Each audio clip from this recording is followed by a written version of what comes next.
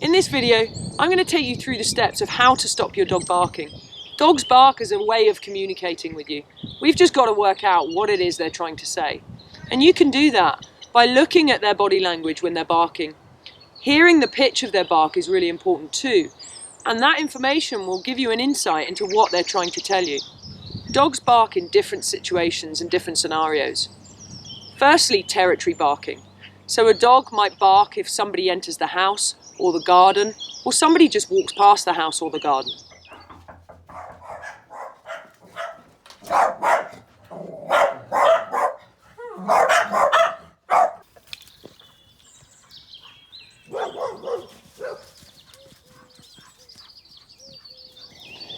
The second situation a dog might bark in is if they feel frightened or insecure and there's a threat, i.e. a person or another dog coming towards them.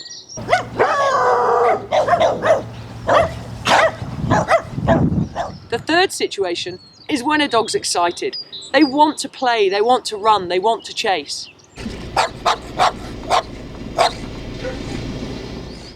The fourth reason is separation anxiety.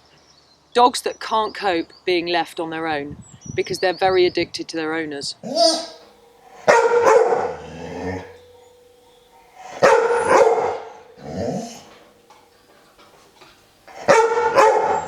When you've got dogs that are addicted to you, that follow you everywhere and have a meltdown when you leave them, it's usually because you set them up to fail, because you allow them to be with you all the time.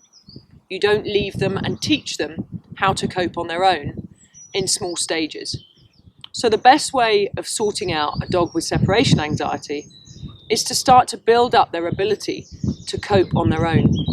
I use crates quite a lot and stair gates, so I can separate a dog in the house so that if I'm moving from room to room, they don't get to follow me all the time. So I'm building their ability to be away from me in small stages.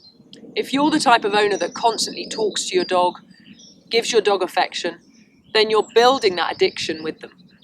So try to not talk to them all the time, not touch them all the time. And that way they'll learn to just go and rest in their bed and not have to follow you from room to room. And the last type of example is when a dog is bored or frustrated.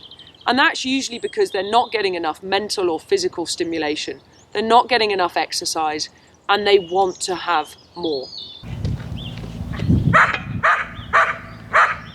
If you don't want your dog to bark, the first thing you have to do is go and correct them in a way that mentally and physically they respond to you. The second thing is, most importantly, is to give them direction. So you're telling them, I don't want you to bark, but I want you to recall back to me and lay in your bed. And you have to give that clear communication to them so they understand fully what it is you want them to do. Okay, so I'm going to show you how to correct a dog that's barking when they're off lead. So this might be out in your garden, it might be when you're walking your dog off lead out in a park. So the key thing is to use eye contact, spatial pressure, presence, and of course calm, confident energy. So we're just going to set Frank up here because Frank's trigger is reacting to anything moving fast past him. So that can be bikes, scooters, cars, vans, anything. So we're just going to set him up and see if he reacts.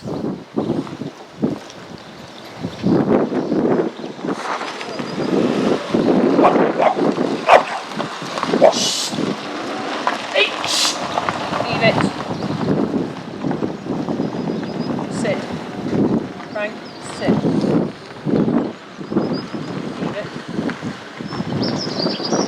So I've just moved into his space, given him eye contact, stayed calm, stayed confident, and given him a correction command, which is leave it. Now with some dogs you have to be careful how close you go into them because they might be in a high defense drive, and if you put too much pressure on them, that can get you bitten. So watch their body language as you come in. So you can see he's already keeping his eye on the vehicle and he's tracking it as it comes round. So let's see if we can correct him before he goes into it. Shh, leave it.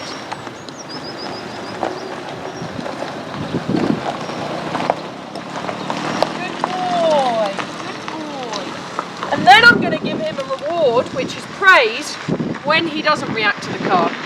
So we'll try it again and see if he'll react again. Frank, come. Good boy. Sit. Good boy.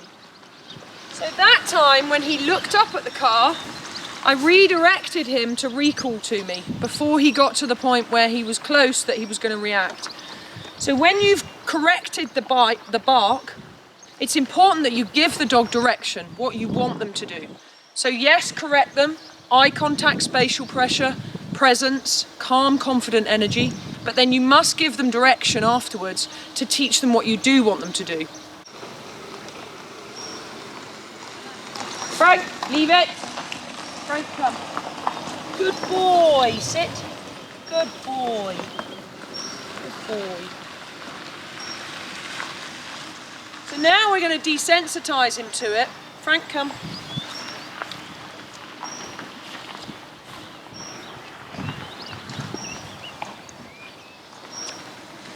Frank, come. Good boy. Come. Frank, come. Frank, come.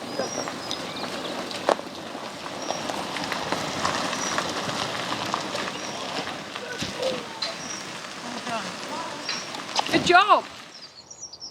Thanks for watching, and don't forget to subscribe to my YouTube channel. If you want me to do a specific video on any behaviour issues or health issues with your dog, then just leave me a comment in the comments box.